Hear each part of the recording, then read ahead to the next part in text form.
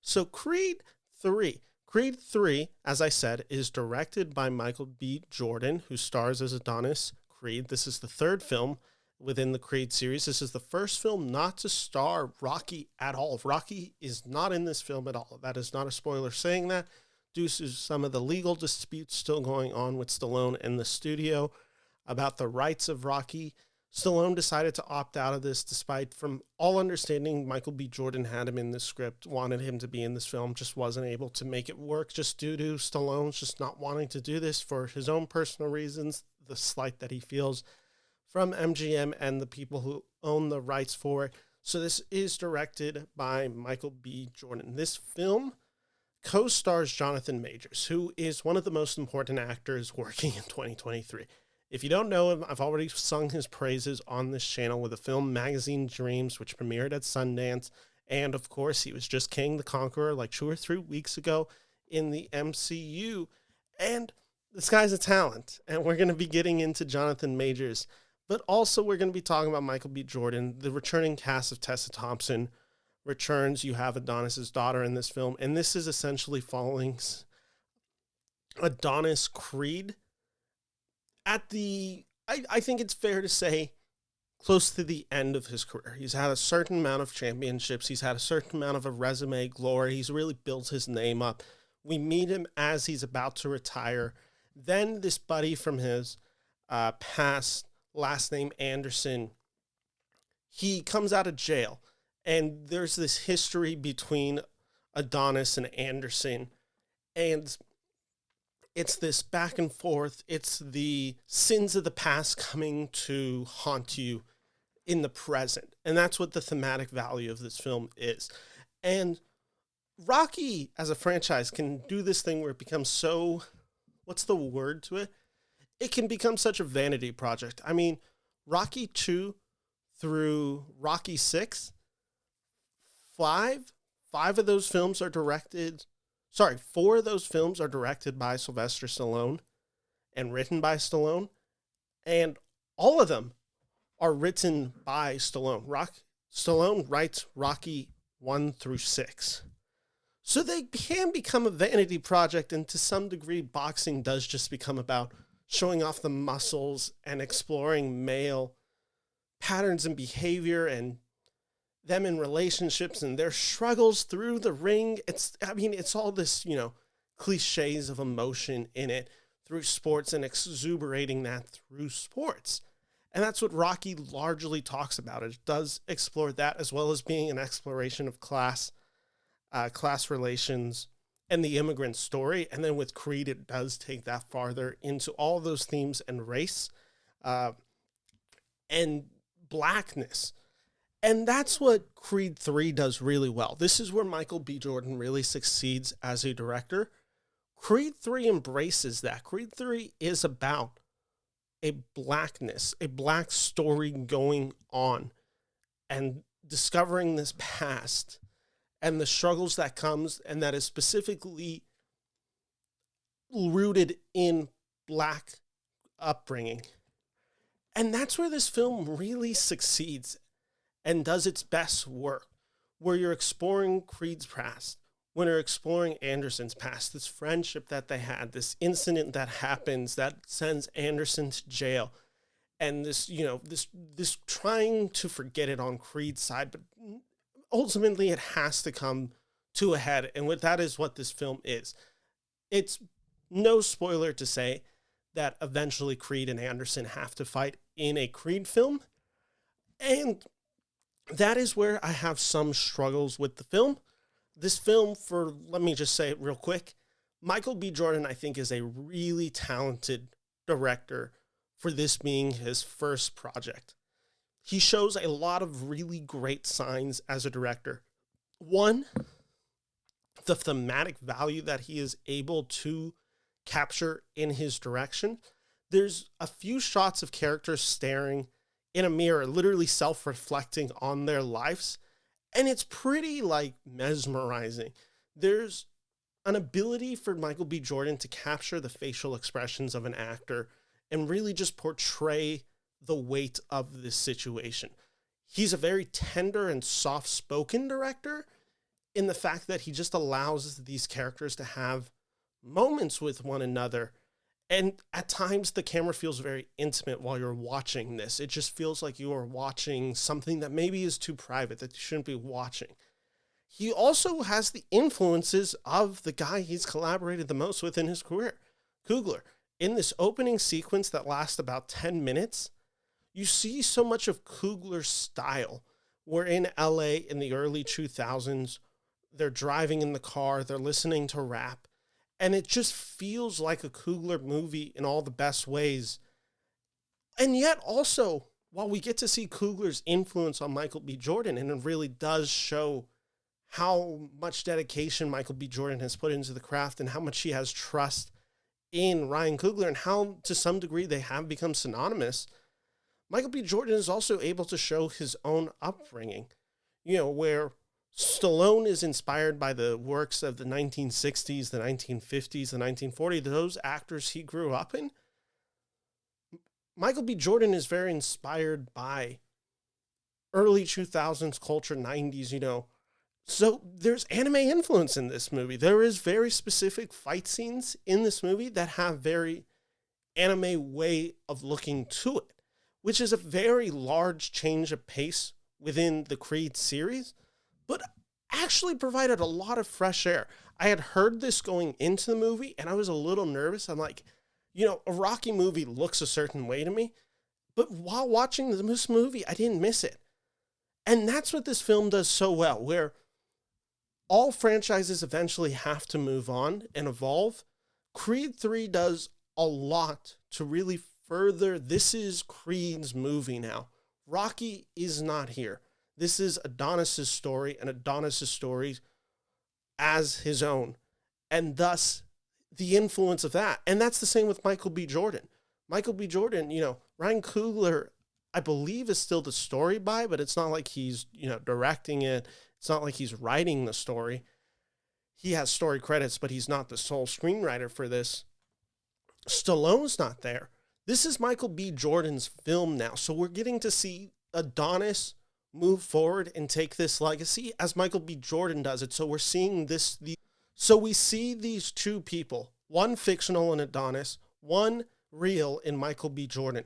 And they are both moving forward and continuing their own legacy separate from anybody else. And it's a really special feeling to capture. So it really does feel like Michael B. Jordan is Adonis. Adonis is Michael B. Jordan. It's so hard to disattach, just like it is with Stallone and Rocky. And it's a really special thing to witness on screen.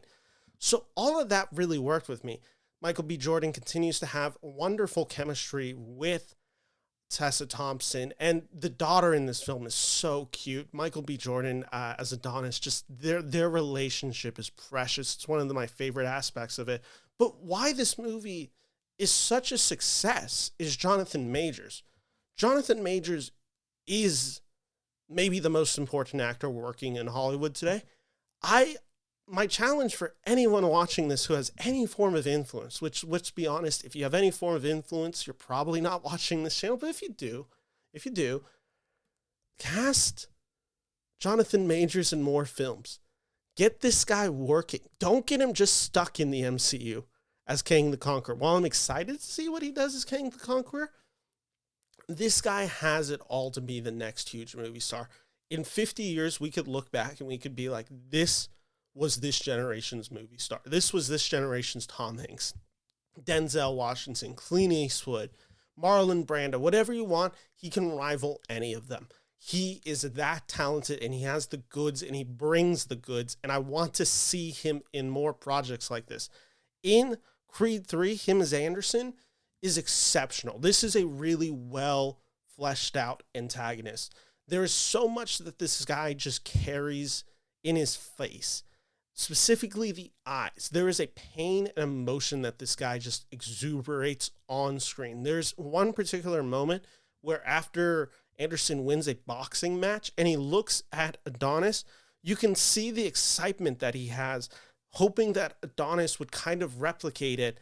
And then when you see Creed being a little apprehensive. You see that excitement in Major's eyes turn from like happiness to pain to anger, all within like a second. It's just a quick snap. And it's just terrifying. But you also feel so much sympathy for this guy. You care so much about this character. And it's just the mark of a great actor that he can be this guy. He can be such a tough, egotistical guy. And yet the whole movie, you're kind of rooting for this guy because you understand this guy and you have stakes in his story. And put him up against Michael B. Jordan, you have charisma versus just intensity. And this conflict throughout is just bubbling through the surface. And it makes for this great center at the film that is just all tension. And it's so beautifully done. And it's so personal and it's so real. And it just raises the stakes so high. The stakes in this film feel life-ending, even though it is just one guy and another guy beefing. Such a common thing in sports, and yet the emotions are so there and you're so locked in with this story. So that all works on such a wonderful level. Now, where this film struggles now is its finale. What Michael B. Jordan has strengthened as a director of story, of characters, he does struggle with a final third act that doesn't fully feel satisfactory. There is this decision made within the boxing scene where it is, like all Creed and Rocky films, it's really the last 20, 25 minutes of the movie.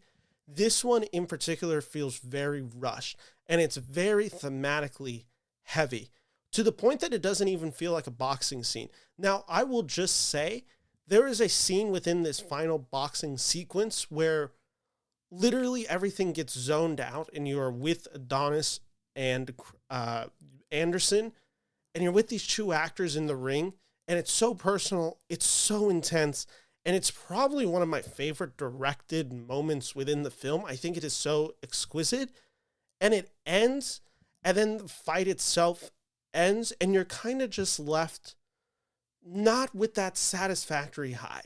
And it's the issue of being a Rocky/Creed film, where you know how these films are supposed to end. You know the beats that they're supposed to hit.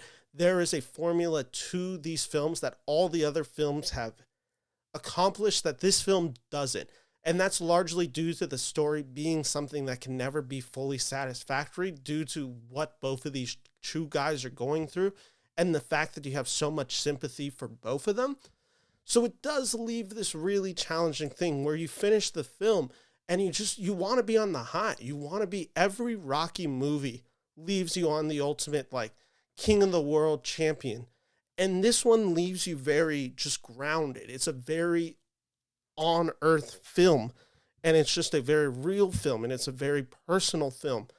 And there's like this moment between these two characters after the fight, and you're left kind of emotionally stunned, but you're not actually left like cheering. It's just like, oh, that's really special. That's something really cool. But it's not necessarily what we've come to expect with the Rocky and Creed franchise. And that's an issue of expectations versus good. Do I think this ending is actually pretty strong? I do.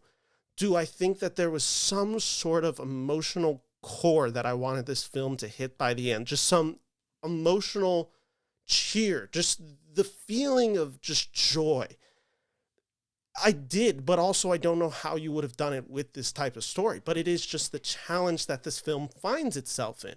Regardless of all that, I think this film is very strong, and I think it's a very interesting film to make within the Creed franchise. It makes it further detached from Rocky while also moving it forward. And it's one of these things where if this was the last one, I'd be totally fine. But if we got more, I'd totally be down. It's just, I want to spend more time with these characters, but it came to an emotionally satisfying conclusion, more as a trilogy than it did as a single film. And that's where this film has its best strengths and also struggles the most. So Creed 3.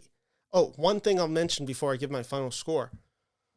there are sequences in this film where you do notice Rocky's absence, and it feels weird because the cast themselves doesn't address it. There's never even a scene where it's just like, oh, well, Rocky used to say this to me. There are moments, specifically a scene in the middle of revolving Adonis and his family, where something happens in Adonis's life, where it just felt weird that Rocky isn't there. And I wanted Rocky to be there, but also that allows Tessa Thompson to take the role of Rocky, and there's now a much deeper relationship between the two. And that really worked. Like I said, there was just that coach boxer aspect of the movie that I wanted more of, and that Rocky is so fundamental to accomplishing in these films. But overall, I can highly recommend Creed. It was a thoroughly satisfying experience for me. I think it's a really well done film, and I'm giving it 3.5 out of 5 stars here on the Beneverse.